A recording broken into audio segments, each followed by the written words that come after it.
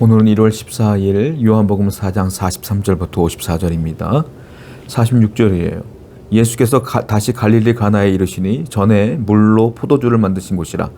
왕의 신하가 있어 그의 아들이 가버나움에서 병들었더니 그가 예수께서 유대로부터 갈릴리로 오셨다는 것을 듣고 가서 청하되 내려오셔서 내 아들의 병을 고쳐주소서 하니 그가 거의 죽게 되었음이니라.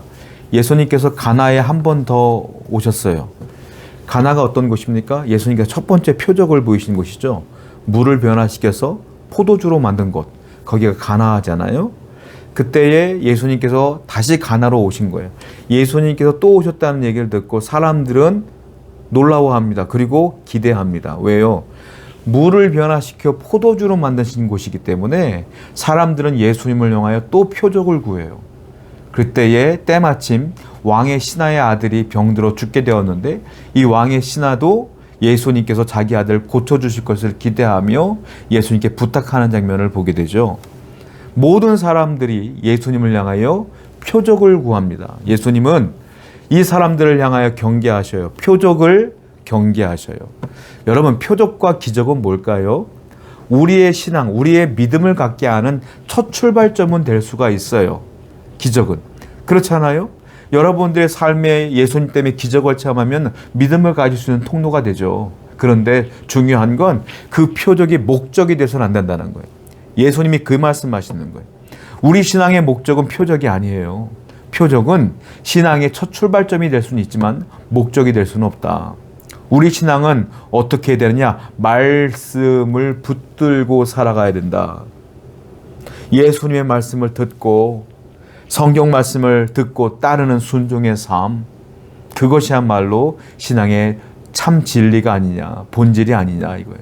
오늘도 표적을 구하기보다는 말씀을 붙들고 살아가는 여러분 되기를 축원드립니다.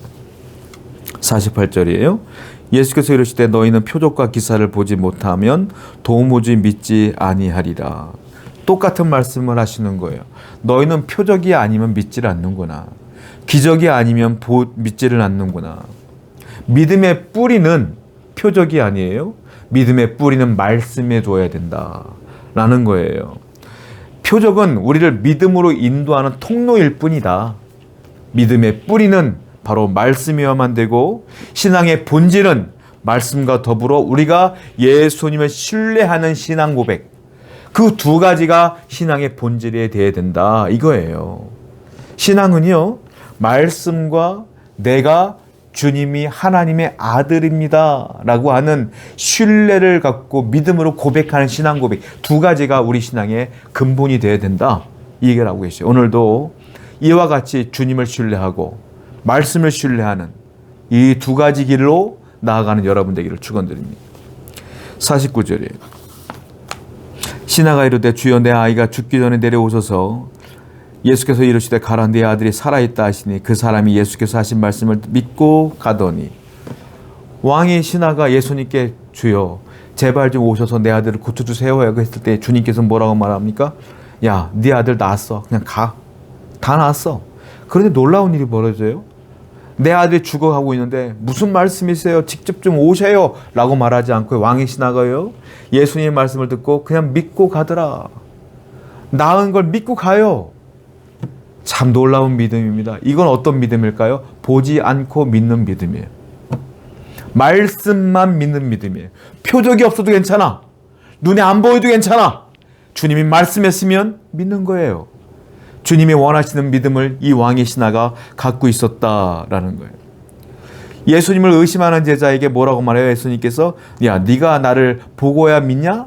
이러잖아요. 보고서 믿는 건 믿음이 아니라 보지 않고 믿는 믿음이 참된 믿음이라.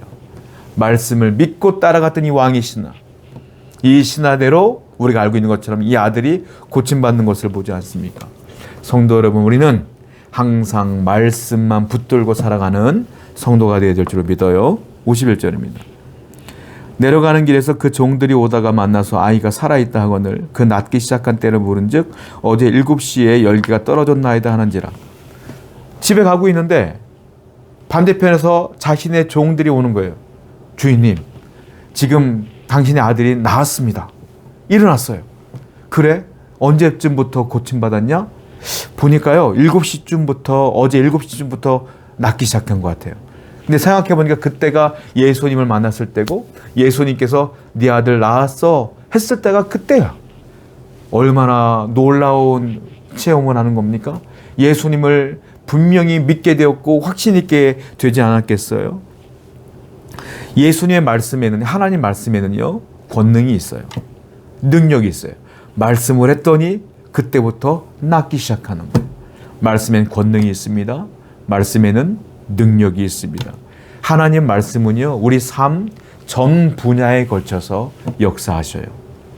할 수 있는 것과 할 수 없는 것이 아니라 다 할 수 있어요. 주의 말씀이 여러분 가운데 임하면 여러분들의 그 모든 문제들도 하나하나 해결될 줄로 믿습니다. 53절입니다. 그의 아버지가 예수께서 내 아들 살아있다 말씀하신 그때인 줄 알고 자기와 그 온 집안이 다 믿으니라. 그 예수님 말씀하신 때부터 이 아이가 낳은 것을 보고 온 집안 사람들이, 그 왕의 신하의 집안 모든 사람들이 예수님을 믿으니라 이렇게 표현하고 있어요. 저는요, 이 왕의 신하 아들이 고침받은 게 놀라운 게 아니라 이 사건으로 인하여 그 온 집안이 예수를 믿은 게 놀라워요. 자, 누구 때문에 믿게 된 겁니까? 이 왕의 신하 한 사람 때문에. 이 사람이 예수님을 만났고 예수님의 말씀을 들었고 예수님의 말씀대로 고침받았어요. 이걸 다 체험했어요. 그러니까 집에 가서 가만히 있었겠어요? 아내를 불러오고 또 다른 자녀를 불러놓고 예수님을 전하지 않았겠어요? 그 복음을 열정적으로 전하여 온 집안이 예수를 믿게 된 거예요. 여러분, 누가 중요하냐? 한 사람이 중요하다. 믿음을 갖고 확신을 갖고 살아가는 한 사람이 중요하다. 그 한 사람 때문에 가족이 구원받는다.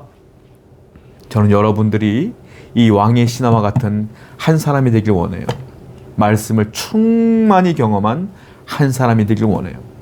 그래서 여러분들 때문에 여러분들의 가족이, 여러분의 주위가 다 하나님 믿는 역사가 나타나기를 축원드립니다. 기도합시다.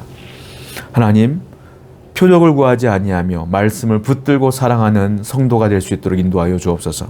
예수님의 이름으로 기도드렸습니다. 아멘.